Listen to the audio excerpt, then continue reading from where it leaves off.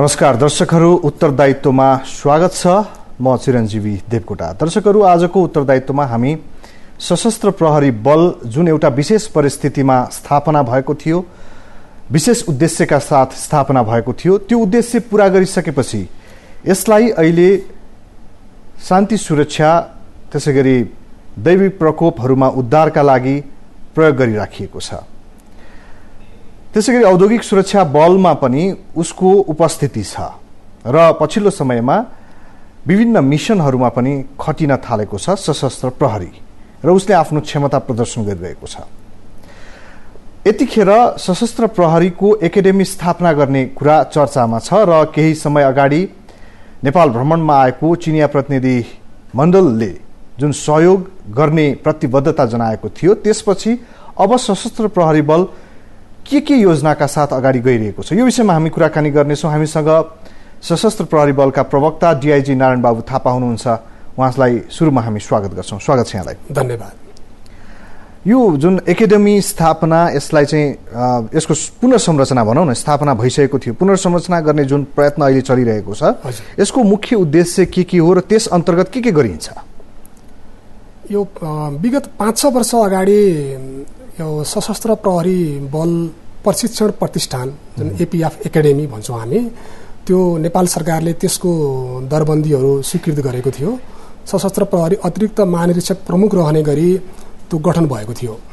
तर अब उक्त एकाडेमीलाई आर्म पुलिस फोर्सले यो काठमाडौँको माता तीर्थमा जग्गा प्राप्ति गरेर अब त्यो एकाडेमी चाहिँ अब निर्माण गर्ने प्रक्रिया अगाडि बढाउन खोजिरहेको अवस्था थियो।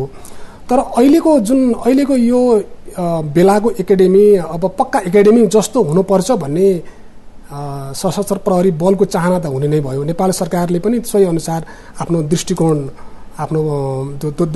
राखेको थियो। तर अहिले अब हाम्रो यहाँ सरकारले विनियोजन गरेको मौजुदा बजेटबाट मात्र अब हामीले भने जस्तो तत्कालै अब निश्चित समयमा त्यो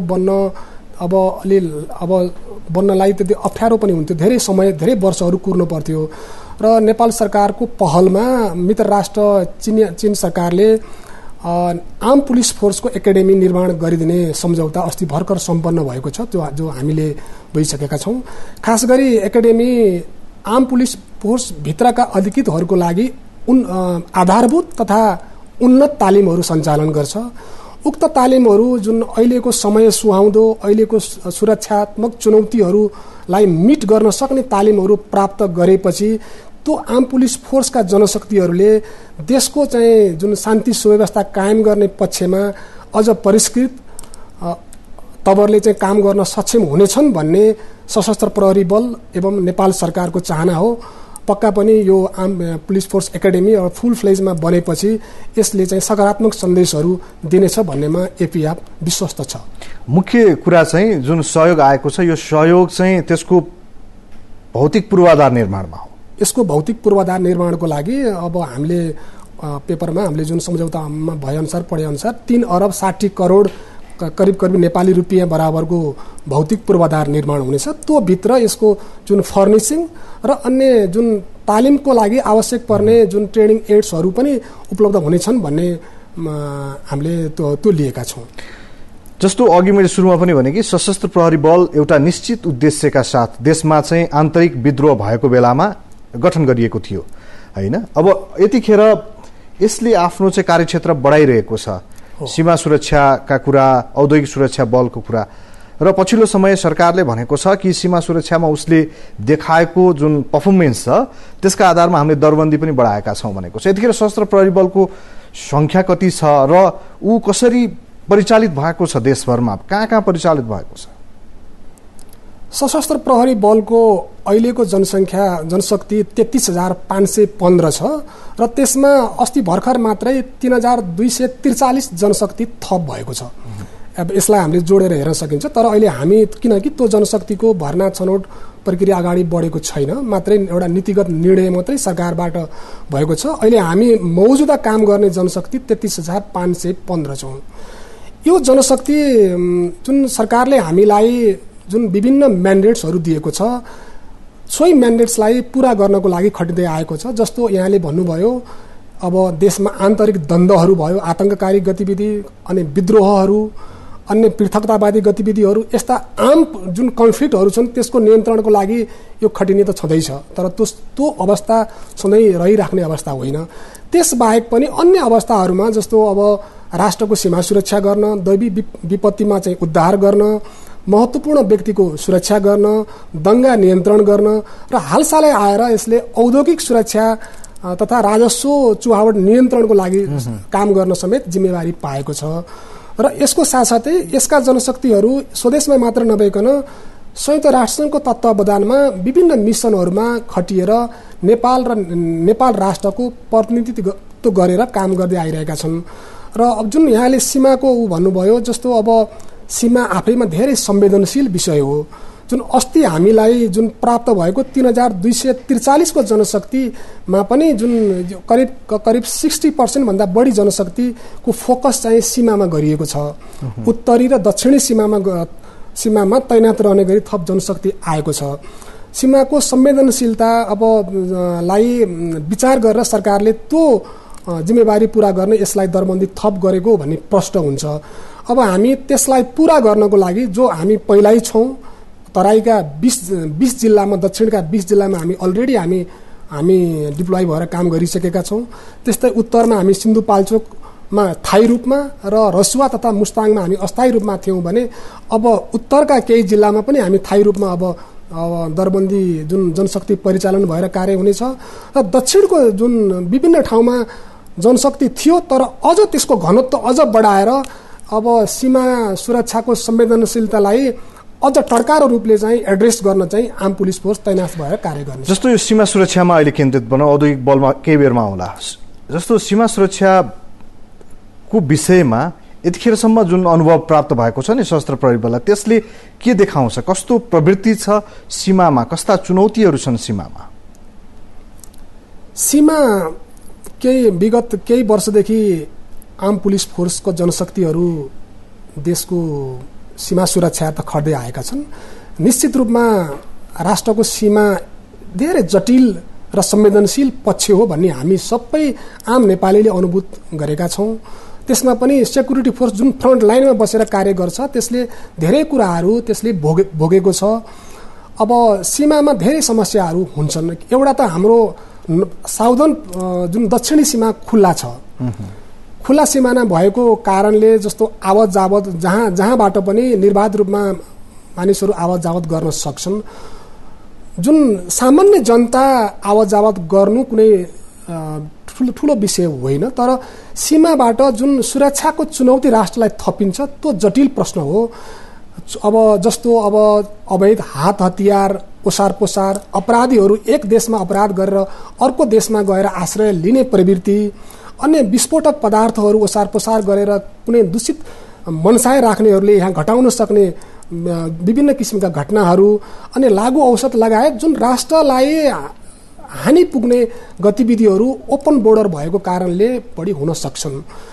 त्यो बाहेक जस्तो अब राजस्व चुहावट भयो भने जुन हाम्रो अन्य अर्थतन्त्रलाई असर पर्न सक्छ, अब त्यसको पनि हामीले नियन्त्रण गर्नुपर्ने जरुरी हुन्छ।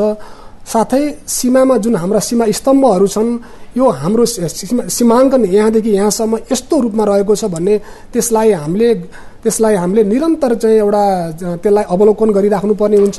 त्यसको चाहिँ जुन हाम्रो सीमा चाहिँ यथावत रहोस् भनेर त्यसको निगरानी गरिराख्नुपर्ने हुन्छ। अब यस्ता थुप्रै चुनौतीहरू छन्, त्यसलाई सामना गर्न आम पुलिस फोर्स जहिले निरन्तर तयार छ र आफ्नो जनशक्तिले आफ्नो क्षमताले भ्याएसम्म कार्य गर्दै आइरहेको छ। जस्तो सीमामा मुख्यतया धेरै त खुला सीमा भएका कारणले पनि दक्षिणतिर अथवा भारतसँगको सीमा जुन छ त्यसमा चाहिँ समस्याहरू आइपर्छन्। अझ यो ऐतिहासिक सम्बन्धका कारणले पनि यो खुला छ, त्यस कारणले अझ बढी त्यहाँ चुनौती होलान्। पछिल्लो समयमा प्राप्त भएको उपलब्धि के हो? तपाईहरू परिचालित भइसकेपछि सीमा सुरक्षाका दृष्टिले र साथसाथै यो तस्करी नियन्त्रणका क्रममा पनि प्राप्त भएको उपलब्धि के हो? एपीएफ डिप्लोय भएपछि थुप्रै उपलब्धिहरू प्राप्त भएको छ। जस्तो एउटा फौज देशको सीमाको एउटा सीमा सुरक्षाको लागि तैनात भएर बसेको छ। यसको जिम्मेवारी राष्ट्रको सीमा सुरक्षा गर्ने हो भन्ने जुन एउटा मेसेज जान्छ त्यो एउटा ठुलो पक्ष हो। किनकि एउटा फौजले सुरक्षा दिइराखेको छ है, सीमा अब कुनै एउटा निश्चित कार्यालयबाट मात्रै एउटा सीमाको डाटाहरू कलेक्सन गरेर होइन कि सीमा जोगाउनु पर्छ भन्ने एउटा अठोटको साथ राज्यले फौज नै तैनात गरेको छ, त्यसले निरन्तर निगरानी गरेको छ भन्ने मेसेज महत्त्वपूर्ण हो। त्यस बाहेक पनि जुन हामीले जुन सीमाका जुन हाम्रा स्तम्भहरू छन् होला, हामी मात्रै होइनौँ, सीमाको जुन जिल्लागत रूपमा जुन सीमाको अभिलेखहरू राख्ने निकाय नापी विभाग होला, स्थानीय प्रशासनले राखेको होला। अब त्यसमा पनि हामीले त्यो सीमा स्तम्भहरूको चाहिँ जुन सही साबुत छन् बेसाबुत छन्, कहाँ खोलामा परेको छ, कहाँ जङ्गलमा परेको छ, कहाँ हराएको छ, कहाँ दबेको छ, कहाँ टुटेको छ भन्ने बारेमा हामीले त्यो चाहिँ आँकडाहरू सङ्कलन गरेर हामीले चाहिँ निरन्तर हामीले मजकुर गृह मन्त्रालयमा हामीले पठाउने गरेका छौँ। त्यो भयो सीमा स्तम्भको कुराहरू। त्यो बाहेक हामीले अब अवैध चोरी निकासी नियन्त्रण गरेर जुन उनीहरू खुला सिमानाको फाइदा उठाएर आउँछन् त्यो नगरिकन उनीहरू एउटा राजस्व तिरेर आउन्, राजस्वको जुन राजस्व तिर्छन्, राजस्व तिरेपछि हाम्रो अर्थतन्त्र बलियो हुन्छ, त्यसले समग्र देशलाई फाइदा हुन्छ भनेर हामीले त्यसको चुहावट नियन्त्रण नहोस् भनेर हाम्रो जनशक्ति खटिरहेको छ। त्यो बाहेक पनि अन्य अपराधिक गतिविधिहरू हुन नपाउन्।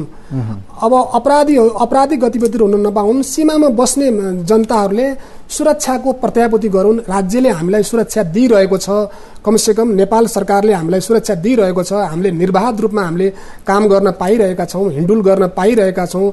यहाँका उद्योगहरू अन्य दैनन्दिन गतिविधिहरू सुचारू रूपले चलिरहेका छन् भन्ने जुन त्यहाँका बासिन्दाहरूले जुन अनुभूति गर्नुहुन्छ, सशस्त्र प्रहरी बलको उपस्थितिको सार्थकता त्यही नै झल्कन्छ। जस्तो सीमाकै कुरा गर्दाखेरि विभिन्न समयमा विभिन्न खाले चर्चा परिचर्चा हुने गर्छ कि भारतीय सीमा सुरक्षा बल जुन एसएसबी भनिन्छ उसका जवानहरू नेपालमा निर्बाध रूपमा आइरहेका छन्, उनीहरू नेपाली भूमिमा आउँछन्, उनीहरू हतियारसहित आउँछन् भन्ने कुराहरू आउँछन्। यो के हो, यसको वास्तविकता के हो र तपाईँहरू त्यहाँ हुँदाहुँदै यस्ता गतिविधि कसरी हुन सक्छ?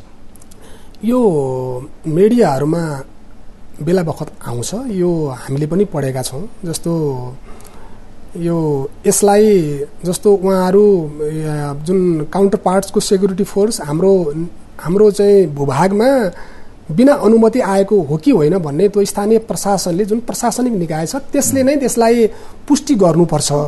र त्यो अब त्यत्तिकै त्यो समाचार बनेर मात्रै पनि हुँदैन, यो जटिल विषय हो। अब यसको निराकरण सोही लेभलमा कूटनीतिक लेभलमा नै हुनुपर्छ। तर सशस्त्र प्रहरी बल जुन हामीले भन्यौँ सबै उमा जस्तो त्यही भएर नै जनशक्ति थप हुँदै गइरहेको छ। किनकि यसको चाहिँ डेन्सिटी बढ्नुपर्छ, यसको फैलावट चाहिँ हामीले एक अब एउटा कुनै बोर्डरको युनिटले 50 किलोमिटरसम्म हेर्न हुने किसिमले यसको हुनु हुँदैन। यसको चाहिँ पनि निश्चित यसले चाहिँ अब 5 किलोमिटर 10 किलोमिटर कति हेर्न सक्छ एक ठाउँमा बसेकोले। त्यही भएर मात्रै यसले त्यसो भयो भने मात्रै यसले चाहिँ निगरानी राम्रोसँग गर्न सक्छ भन्ने प्रश्न एकातिर छ। जस्तो जुन एसएसबीको चाहिँ यहाँ आएर जुन विभिन्न गतिविधि गर्ने भन्ने विषयमा यो जुन नेपाल सरकारको सम्बद्ध निकाय स्थानीय प्रशासन र अन्य निकायले डिप्लोमेटिक तवरले यसलाई समाधान गरेर जानुपर्छ। यस्तो चाहिँ अब भोलिका दिनमा यस्तो गतिविधिहरू नहोस् भनेर हामी सबै सचेत हुनुपर्छ। अब औद्योगिक सुरक्षा बलको कुरा गरौँ। व्यापारीहरूले निकै लामो समयदेखि यसको माग गरिरहेका थिए। अब त्यसकै लागि भनेर तपाईँहरूको दरबन्दी थपिएको अवस्था छ। यो कसरी परिचालित हुन्छ, कसरी यसले काम गर्छ? के म व्यापारी भएँ मैले माग गर्ने बित्तिकै पाउने हो अथवा कस्तो छ यसको कार्यविधि? होइन, यो सरकारले अब उद्योग व्यवसाय उद्योग कल कारखानाहरू लामो समयदेखि जुन यस्तो अवस्था छ देशको अहिले जुन अब निकै समस्यामा गुज्रिरहेको हामीले देख्दै आएका छौँ। अब त्यही समस्यालाई निराकरण गर्न अब समस्या भनेको सुरक्षात्मक तवरले उद्योगहरू अब रुग्ण बन्दै जाने, अब असुरक्षित फिल गर्ने, बन्द हुन सक्ने अवस्था आउने, त्यसले जुन रूपमा आउटपुट दिनुपर्ने हो त्यो दिन नसक्ने, उल्टो चाहिँ अब उद्योग लामो ठुलो पुँजी लगानी गर्यो त्यही बोझ बन्दै जाने अवस्थालाई चिर्नको लागि नेपाल सरकारले एउटा जस्तो आम पुलिस फोर्सलाई 2250 दरबन्दी स्वीकृति गरेर औद्योगिक सुरक्षाको जिम्मेवारी प्रदान गरेको छ। र अब त्यो जिम्मेवारीलाई पुरा गर्न हामी अहिले विभिन्न स्थानमा हामी खटिँदै आएका छौँ।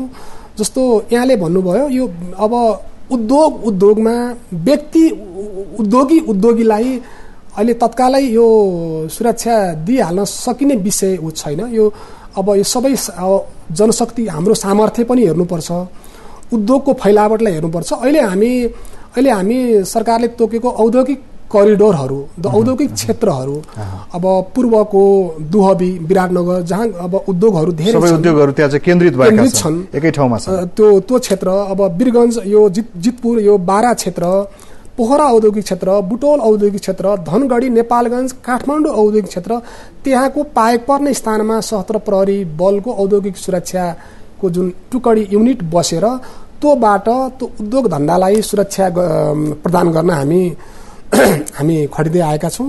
अब यसलाई अझ योजनाबद्ध ढङ्गले कसरी राम्रो गर्न सकिन्छ, कसरी त्यसलाई सुदृढ गर्न सकिन्छ भनेर हामी लागिरहेका छौँ। यसको कार्य अगाडि बढिरहेको छ। भनेको यो अझै दरबन्दी थपिन्छ र यसलाई विस्तार गर्ने ठाउँहरू चाहिँ छन् धेरै। यो अब जुन उद्योग अब राष्ट्रकै अर्थतन्त्रको एउटा मेरुदण्ड हो। अब यो बढ्नु, उद्योगहरू धन्दाहरू बढ्नु, यसले उत्पादन गर्नु, यो हामी समग्रको लागि नै राम्रो पक्ष हो र यसलाई सुरक्षित गर्नु हाम्रो दायित्व हो, राज्यको अब हाम्रो दायित्व हो।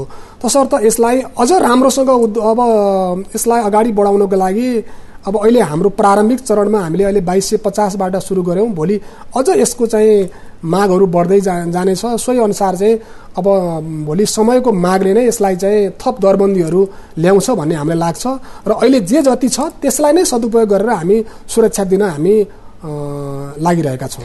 विपद व्यवस्थापनका लागि पनि प्राकृतिक प्रकोपहरू हुन्छन् र बाढी पहिरो गएको छ केही समय अगाडि देशमै पनि, हैन? यस्ता चाहिँ विपद व्यवस्थापनका निम्ति सशस्त्र प्रहरी बलले विगतमा राम्रो भूमिका निर्वाह गरेको थियो। हुन त नेपाली सेना प्रहरीको भूमिका पनि त्यहाँ थियो, तर सशस्त्र प्रहरी बलले चाहिँ मुख्यतया यसकै लागि एउटा छुट्टै खालको व्यवस्थापन गरेको थियो। तपाईहरूको के छ, यसलाई सुदृढीकरण गर्ने योजनाहरू के छन्? अझ थप व्यवस्थित गर्दै लाने, अझ थप यसलाई इक्विप्ड गर्दै लाने योजनाहरू के छन्? वास्तवमा जस्तो अब विपद व्यवस्थापन त यो एउटा कसैको दायित्व भन्दा पनि यो आम सबैको दायित्वभित्र पर्छ। जस्तो यो खास गरी सबै सुरक्षा निकायहरू, स्थानीय जनसमुदायहरू सबैको नै एउटा सामूहिक एउटा दायित्व नै हो यो। तर अब यसलाई जस्तो हामीले त्यो भन्ने बित्तिकै जस्तो हामी सुरक्षा फौज भएको नाताले अब हामीसँग निश्चित ब्यारेकमा जनशक्तिहरू अब तैनात रहन्छ। यसको एउटा पावर, जुन एउटा स्ट्रेन्थ हुन्छ, यसको हुन्छ एउटा बढी नै हुन्छ। तसर्थ यो तैनात भएर काम गर्यो भने अब एउटा त्यो इफेक्टिभ पनि हुन्छ। सो अनुसारले जस्तो हाम्रो म्यान्डेटमै पनि यसलाई विपद व्यवस्थापनमा कार्य गर्ने भन्ने उल्लेख भएको छ र त्यसलाई साकार पार्नको लागि हामीले केही वर्ष अगाडि अब पहिला चाहिँ त अब ट्रेन म्यान पावर चाहियो भन्ने जुन सोचका साथ हामीले कुरिनटारमा विपद व्यवस्थापन ट्रेनिङ सेन्टर स्थापना गऱ्यौँ।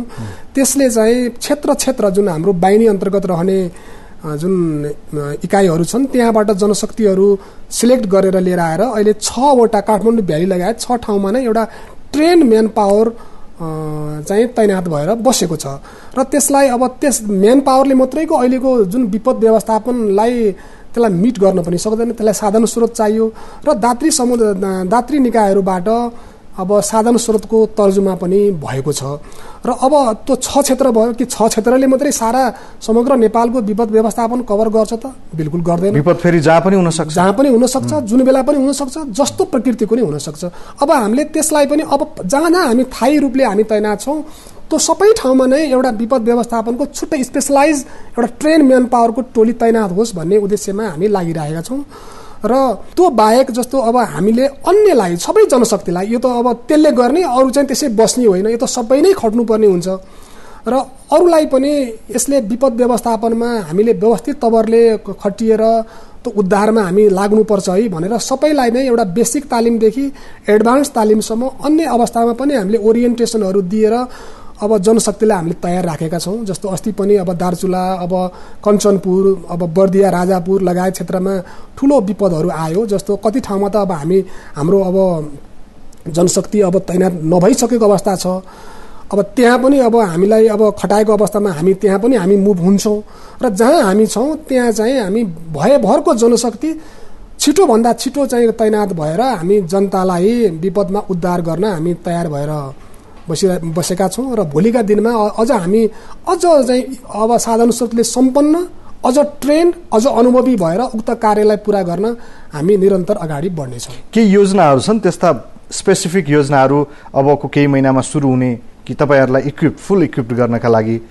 होइन, अथवा तपाईँहरू अहिले नै फुल इक्विप्ड? होइन, अहिले हामी फुल इक्विप त हामी त्यसरी अब अहिले त हामीले एउटा प्रारम्भिक चरणमा छौँ। केही अब जस्तो अब हामीलाई बङ्गलादेशमा अब युएनडिपीले गोताखोर तालिमहरू दियो, हामी डिप डाइभिङ जुन तालिमहरू प्राप्त जनशक्तिहरू छ, अब मोटर बोटहरू प्राप्त भएको छ, जस्तो अब विभिन्न ठुलो अब नदीहरू अब फेवाताल लगायत बेगनासताल त्यस्तोमा केही अब डिजास्टरहरू आयो भने त्यहाँ गर्न चाहिँ बोटहरूद्वारा चाहिँ छिटो गएर रेस्क्यु गर्नेहरू छ, गोताखोरहरूले तल गएर डुबेको उहरूलाई निकाल्ने त्यस्तोहरू छ भने अब त्यो अब हामीले 6 ठाउँमा अहिले राखेका छौँ, तर त्यो पूर्ण होइन। अब त्यो प्राप्ति गर्नेतर्फ अब नेपाल सरकार मार्फत चाहिँ अब त्यो पहल चाहिँ निरन्तर जारी छ। त्यसै गरी जनशक्तिलाई अझ बढीभन्दा बढी जनशक्ति ट्रेन हुन्, तालिमरत हुन् भनेर हामीले सोच बनाएका छौँ। अब यो आगामी दिनमा हामी त्योतर्फ जुन कुरिन्टारको ट्रेनिङ सेन्टर छ त्यसले चाहिँ प्रत्येक चाहिँ अब जुन 3-3 महिनामा चाहिँ अब तालिम गर्दै फिल्डमा पठाउँदै गरिराखेका छ। त्यो गएका जनशक्तिले पनि त्यहाँ पनि अन्यलाई पनि तालिम दिएका छन्। भोलि यो चाहिँ अब राम्रो रूपमा सकारात्मक रूपमा अगाडि बढ्नेछ। यसले समग्र हामी देशवासी सबैलाई नै हामीले यसले फाइदा गर्नेछ भन्ने मलाई लाग्छ। करिब अन्त्यतिर आइरहँदाखेरि समग्र यतिखेरको परिचालनको अवस्थाको जानकारी गराइदिनु भयो तपाईँले। यो भइरहँदाखेरि प्रशंसा भएको छ त्यो आफ्नो ठाउँमा, तर आलोचना पनि भएको छ सशस्त्र प्रहरीको कि राजस्व गस्तीमा अथवा राजस्वमा चाहिँ खटिएको बेलामा त्यहाँ भएका अनियमितताका कुराहरू पनि आएका छन् विभिन्न बेला बखतमा। त्यसै गरी सरुवा बढुवामा चाहिँ पारदर्शिता छैन भन्ने कुराहरू पनि छन्। यसमा तपाईँ के भन्नुहुन्छ? होइन, अब यहाँले भन्नुभयो जस्तो राजस्व तराईमा अब अनियमितता भएका छन् जुन भन्नुभयो त्यो हुनै सक्दैन। जस्तो हामी यो बेलाको अधिकृतहरू अझ हामी हेडक्वार्टरमा बस्ने एउटा नीतिगत तहमा बस्नेहरू हामीले सबै बुझेका छौँ कस्तो हुनुपर्छ सशस्त्र प्रहरी। देश र यो जनताले यो बेलाको फौज कस्तो भइदियोस् भन्ने चाहेका छन्, त्यो हामीले अन्तर्मनले बुझेका छौँ। त्यस्तो कुनै तर सबै जनशक्ति यो पनि विभिन्न समुदाय, विभिन्न वर्ग, विभिन्न तह र तबकाबाट आएको हुन्छ। यो जनताकै रिफ्लेक्सन हो फौज पनि। त्यो सबै एउटै त्यसले गल्ती नै गर्दैन, यो कहिल्यै यसले गल्ती गर्दैन, सधैँ राम्रो गर्छ भन्ने होइन, केहीबाट गल्ती होला। जस्तो तराईमा खटिएको होस्, राजस्वमा खटिएको होस् अथवा अन्त खटिएको होस् होला, तर त्यसलाई चेकब्याक गर्ने हामीहरू छौँ। त्यस्तो गल्ती नदोहोरिनको लागि, गल्ती गर्नेलाई कानुन अनुसार सजाय गर्नको लागि हामी निरन्तर हामी कटिबद्ध छौँ। त्यस्तो गल्तीहरू कसैले गर्यो भने त्यसको चाहिँ उ गर्न हामीलाई जसले जनताहरूले सक्नुहुन्छ हामी चाहिँ सही समयमा हामी सही कारबाही गरेर देखाउँछौँ। त्यस्तो हुन सक्दैन, हामी त्यो नहोस् भनेर हामी चाहिँ विश्वस्त तुल्याउन चाहन्छौँ। अब त्यो एउटा भन्नुभयो। अब अर्को यहाँले भन्नुभयो जस्तो सरुवा बढुवामा पारदर्शिता छैन भने अब पारदर्शिता पनि एउटा अमूर्त किसिमले हामीले यो पारदर्शिता हो यो होइन भनेर हामीले त्यसरी अब पारदर्शितालाई नै एउटा व्याख्या गर्नुपर्ने छ। जस्तो फौजमा जस्तो अब सरुवा बढुवाहरू एउटा निरन्तर चल्ने प्रक्रिया हो। एउटा भर्ना भएको व्यक्ति सरुवा हुन खोज्छ, ऊ आफ्नो चाहिँ समयअनुसार अब काँधमा अब तलको दर्जाको कुममा बिल्ला थपियोस्, अफिसरको काँधमा फुली थपियोस् भन्ने चाहना सबैको हो। जस्तो यो ऐन नियमहरू बनाइदिएको छ सरकारले, त्यही ऐन नियमको परिधिभित्र रहेर सम्पूर्ण प्रक्रियाहरू सुरु हुन्छन् र हामी सकेसम्म कुनै विवाद नहोस्, आफ्नो चाहिँ व्यक्तिको चाहिँ अब समग्र उसको चाहिँ उसले काम गरेको मूल्याङ्कनको आधारमा उसको आफ्नो क्यारियर वृत्ति विकास होस् भनेर सशस्त्र प्रहरी बल अब त्यो जुन लागिरहेको छ यसमा हामी पूर्ण चाहिँ एउटा यो मूल्याङ्कन पुरा पारदर्शी छ, निष्पक्ष छ, नियम सङ्गत छ र समय सुहाउँदो छ भन्नेमा म त्यो विश्वास दिलाउन चाहन्छु। भनेको तपाईँ दाबी गर्नुहुन्छ कि त्यस्तो कुनै अपारदर्शिता छैन अथवा भनौँ त्यस्ता खाले गतिविधि छैन? बिल्कुल छैन। हस्, यहाँले समय दिनुभयो, यहाँलाई धेरै धन्यवाद दिन चाहन्छौँ र सँगसँगै एउटा देशको सेवामा लागेको फौज होइन, एउटा सङ्गठित एउटा चाहिँ समूह र त्यसले गरिरहेका गतिविधिहरूका विषयमा जानकारी गराउनु भयो। यहाँलाई धेरै धन्यवाद दिन चाहन्छु। धन्यवाद। मलाई यो नेपालको लोकप्रिय च्यानल न्युज 24 मा जुन आमन्त्रण गरेर एउटा म आबद्ध सशस्त्र प्रहरी बलको बारेमा केही कुराहरू समग्र जनता समक्ष प्रस्तुत हुने यो कार्यक्रम मार्फत प्रस्तुत हुने जुन मौका दिनुभयो त्यसको लागि म न्युज 24 र यहाँलाई पनि हार्दिक धन्यवाद दिन चाहन्छु र यो न्युज 24 को निरन्तर सफलताको कामना पनि गर्दछु। धन्यवाद। दर्शकहरू, उत्तरदायित्वको निर्धारित समय सकिएको छ। अर्को साता फेरि हामी उपस्थित हुनेछौँ, यसैगरी विभिन्न विषय र व्यक्तिका साथ। हामी निरन्तर न्युजमा छौँ। नमस्ते।